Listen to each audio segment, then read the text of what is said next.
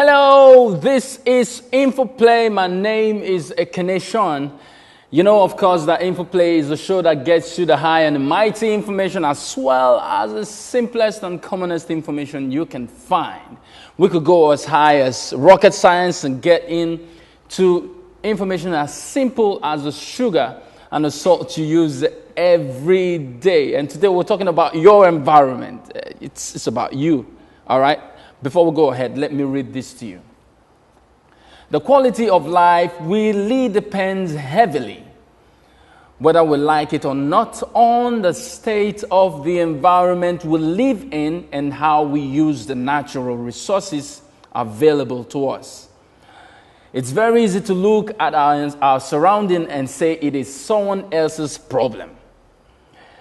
The fact is, we need to come up with solutions as individuals, businesses, organizations, and as government. The issue of a more conducive environment can only be achieved by us, by you and I.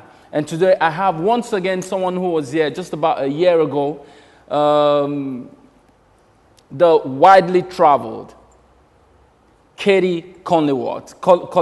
How do you pronounce your name again? Collingworth. Thanks. How are you? I'm good, thank you. How has it been? You've traveled over 30 countries. Yes. All right? Yeah. You still traveling?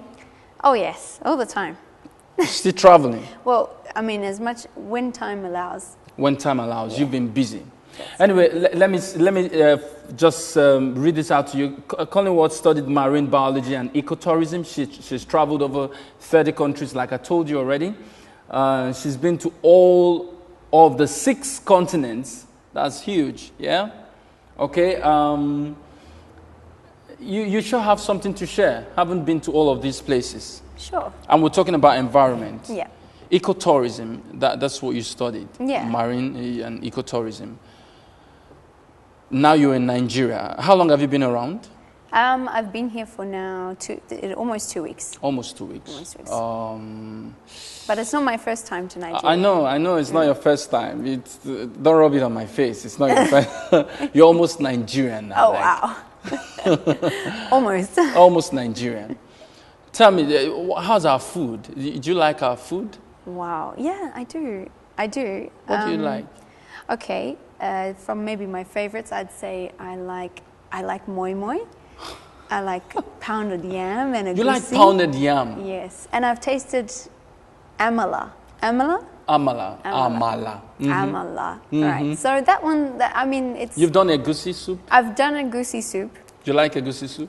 Yes. With the right... I think you have it with yam, do you? You have it with yam. You could actually have it with pounded yam. Pounded that you yam, like. okay. You could have it with eba. You could have it with so many varieties. Okay. Do you think we have varieties here?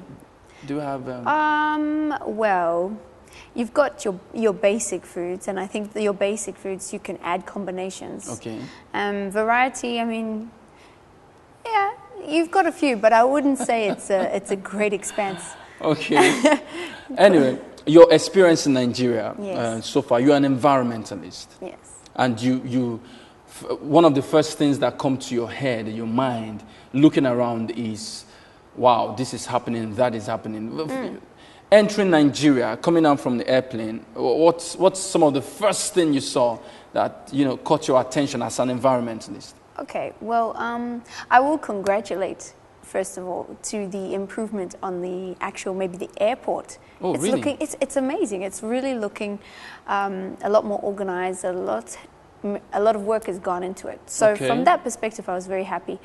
I still see, and there's been a new development, a few shopping centers here and there. So you can see that you mentioned the quality of life, that people are desiring to see a better quality of life. Okay. They're desiring to see that, okay, we don't have to live the way where there's no electricity, there's getting water from a river down the road. We can actually do something better. Okay. And so what I've seen here now is that the mentality is possibly in a state of change, which is great. Right. There is areas to improve on, is what I'm also seeing. Okay. And the most important thing is that every small thing makes a big difference. You know, if you do something and I do something, then together we've done something great. Right. You know, for example, the simple thing of your rubbish, where you put it or where it goes once you've finished with your drinks, your cups, your paper bags, your plastics. Okay. You know, where we put that is very important, because you mentioned that it's time to take responsibility. Yes, take responsibility for your environment. Yeah. Our environment in Nigeria. Yeah. What would you say? You are international business. Yes. You're studying international business. Yes. What's just looking at the environment? What are some of the opportunities? Some environmental opportunities that you're seeing that you could just. Well, I think one thing as a businessman or entrepreneur, one thing that stood out for me is the need to have a clean environment. Because looking around, you can see that there's a lot of garbage on the streets. There's a lot of you get to see that a lot. So you could you could pioneer a business that cleans up streets.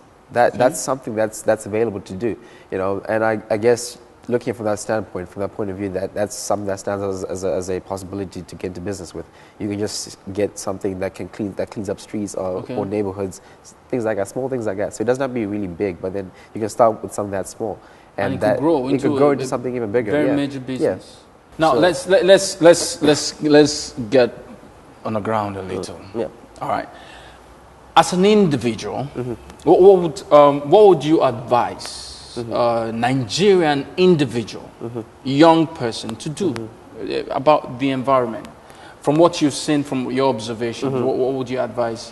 Well, Nigerian people can only do as much as what's presented to them. Okay. And I heard early on the show talking about different kinds of bins, the recycling bin and the waste bin. Right. So, implement the recycle bin and the waste bin. That's one thing you want to do. And then as a Nigerian, I will take on what is provided and make sure that what's supposed to be in the recycle bin goes in the recycle bin. What's supposed to be in the waste bin goes in the waste bin. And that's one way that an individual can look at it. Another way also is, saving water.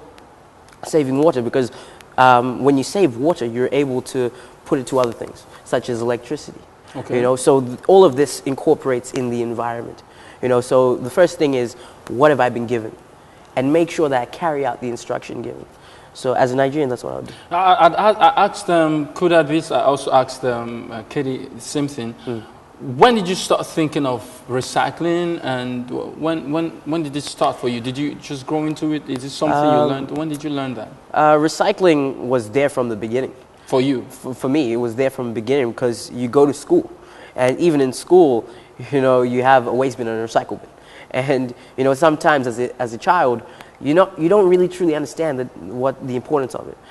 And I remember a time when, you'd put something that should be recycled in the waste bin, and the teachers would actually say, no, you have to remove that. Just take care of yourself and take care of your environment, because your environment will affect you, right? Yes, definitely. Thank you for coming. Thank you. Thank you so much, and have a safe flight when you fly. When you go back. Thank you so much. We'll see you next time on Infoplay. Keep well and take care of your environment once more.